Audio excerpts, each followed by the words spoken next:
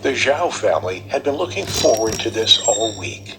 Bao and Mei were married for over 5 years, and a little over a year ago they welcomed their daughter into the world. Jia was the apple of her parents' eye, and the little girl shared the attention from her parents with her maternal grandparents. Mei's parents lived close by, and since her husband and father was often busy with work, Mei's mother, An, spent weekends with the couple. An and her granddaughter were inseparable, and Mei did not mind that her mother split her time equally between her own home and the Zhao family's apartment. She was such a great help with the little Jia, and went above and beyond to make the family's lives as easy as possible, with cooking and keeping up with the housework while the young parents worked. So when they booked a family trip to the Beijing Zoo, Mei just automatically bought a ticket for her mother too. The grandmother was thrilled at the invitation. She'd never been to the iconic site either.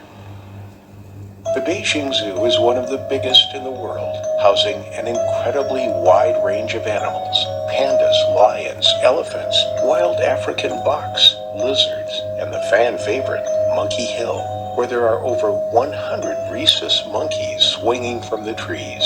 You name it, the Beijing Zoo has it. And they offer a unique experience where visitors can drive their cars through the many acres of land that hold these animals. The zoo does not believe in penning their animals in small and inhumane cages. Instead, they allow them as much freedom as they possibly can, so that they can live their lives out as naturally as possible. The experience is as close to a real safari as you can get outside of Africa. So that morning, the Zhaos loaded their car full of snacks and drinks. However, Mei was slow to start. She'd woken up feeling a little nauseous, but she wasn't going to miss out on such an amazing family outing, and rescheduling the whole weekend would cost a lot of unnecessary money that the working family couldn't afford to waste. So Mei stayed at the back with her daughter for the first leg of the ride.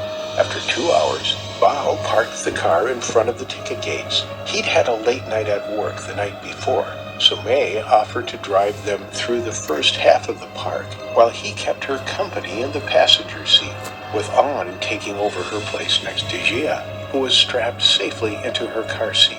Mei was feeling a little better than she did that morning, and she was sure she'd be fine to take over for most of the ride. Starting at the north entrance, they drove south, stopping first to see the reptile exhibit. Up next were the African animals. Lions, giraffes, and rhinos were all present. Just as their third hour in the park came to an end, they saw the tropical birds and the northern bears. That's around the time that little Jia nodded off. The toddler was long past her nap time, and she was most likely going to be out like a light for the rest of the ride. All in all, the morning had been an enjoyable one, but by noon, Mei was starting to feel ill again. The heat of the afternoon sun beat down on her, and she went from feeling slightly queasy to feeling downright faint with nausea. Just as they turned into the south wing of the park, entering the tiger enclosure, An noticed her daughter's pale complexion and encouraged her to switch places with Bao. They were past the halfway point by now, just where Mei agreed she would ride to. And even Mei had to admit that it was time to swap places with her husband before the dashboard became painted with the contents of her stomach.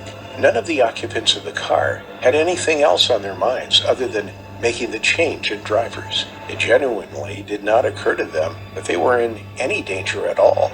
Up until this point, all of the animals had been behind sturdy fences or in cages, but in reality, the tiger exhibit and Monkey Hill were the two most popular attractions for a very specific reason.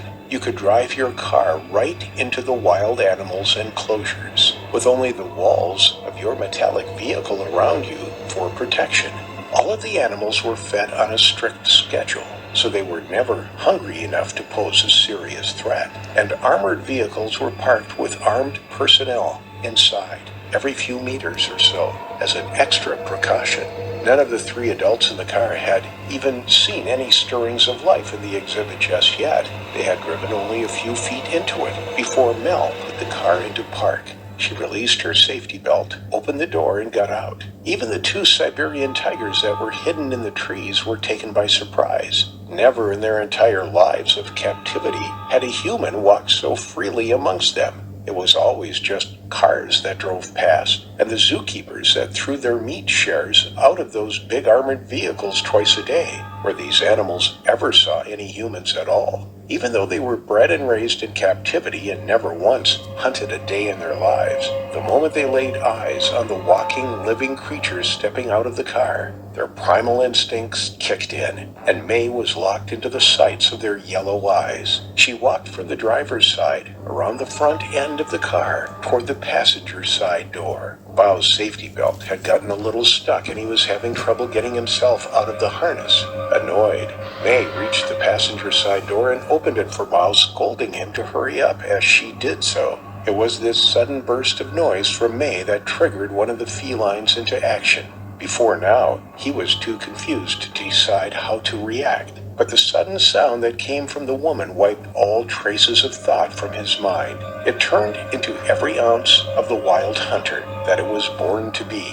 Racing out of the trees toward the woman's back, Bao saw the tiger first. He uttered a scream, and May turned to what he was looking at behind her, just in time to see the striped black and orange cat speeding toward her. It was so quick that May didn't have any time to react before the beast sank its teeth into her thigh. She did not immediately feel any pain, but she could feel the pressure of its jaws clamping down on her leg and hear the sickening sound of her flesh ripping to shreds between those razor-sharp teeth as it dragged her off her feet. The hunter didn't try to finish May off there. It was smart enough to start dragging her off to the safety of the trees. When it started pulling her, May finally felt the agonizing pain of her muscle being torn from the bone. Screaming and flailing, her struggles made no impact on the swiftly moving beast that had her in its grip. But Bao, suddenly free from his seatbelt, bounded out of the car to the defense of his wife. An, from the back seat, reacted in the same way. When she saw the tiger coming for the trees, she was no longer an old woman.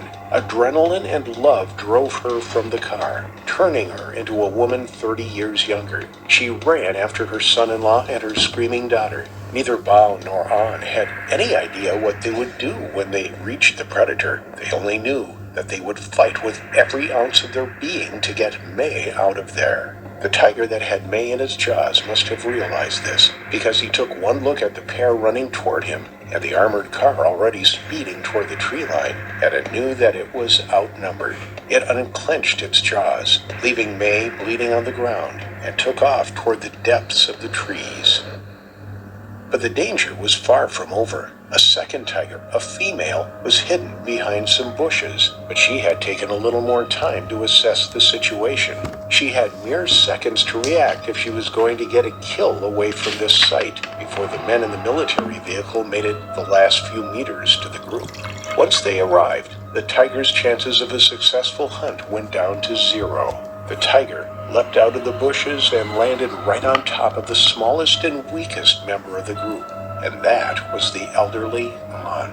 Bao was already kneeling beside May, trying to hoist her over his shoulder, but he was having trouble lifting her, so he carried her in both arms instead. He was going to run as fast as he could to get her back to the car, and with May already screaming in his ears, he didn't hear or see the attack on his mother-in-law behind him.